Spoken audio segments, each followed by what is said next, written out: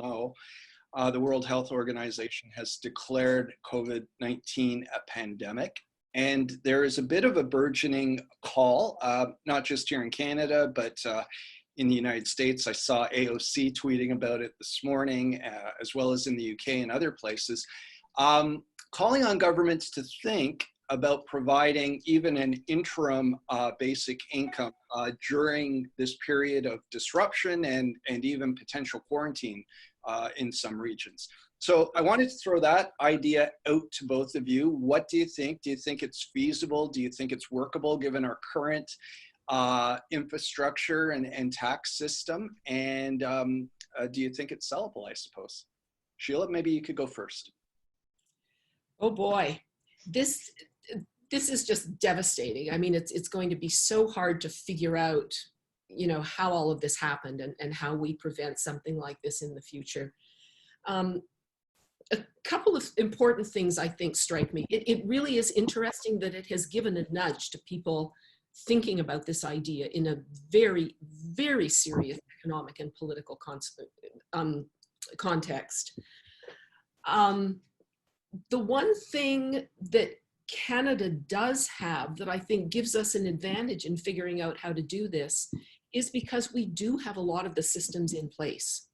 You know, we do have ways that we should be able to get money to people quickly without too much change in an emergency situation.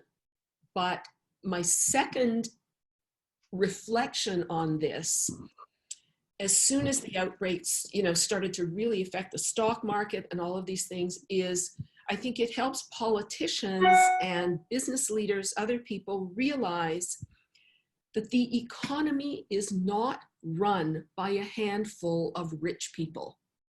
It depends on regular, everyday people going about their business to keep our society and economy healthy.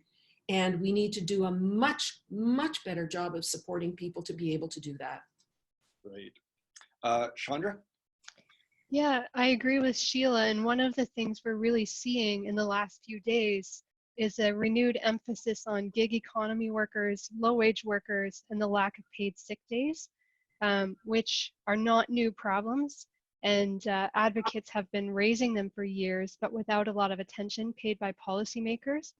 Unfortunately, in Canada's announcement yesterday, we still didn't see much that would help these workers. You know, the elimination of the 1 week waiting period for EI is very welcome. The fact that workers who qualify for EI could get it if they have to stay home for 2 weeks or longer is great.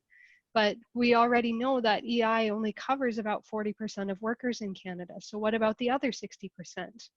And given how we have let our social infrastructure deteriorate, I see basic income as an option that could be rolled out really quickly. And despite some of the issues and questions that we raise in this paper, in an emergency situation, it could be done in a let the money flow now and figure out the details later kind of way. I think under the circumstances, it would pretty much have to be a universal demogrant to make sense. But we know that the government of Canada has the infrastructure to do this because they're already sending out Canada Child Benefits. They're already sending out OAS GIS payments.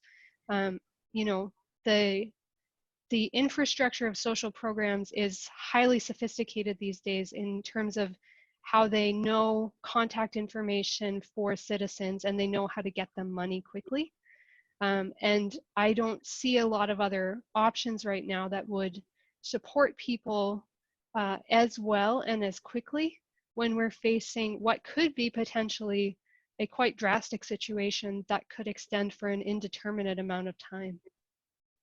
Yeah, that's certainly sobering, but also hopeful in a way, I think, too, that Canada does have the capability of doing this fairly quickly, whereas other places may not be able to roll it out quite as easily as we could. I suppose it'll take some political will and some political courage. So we'll see where these conversations go in the days ahead.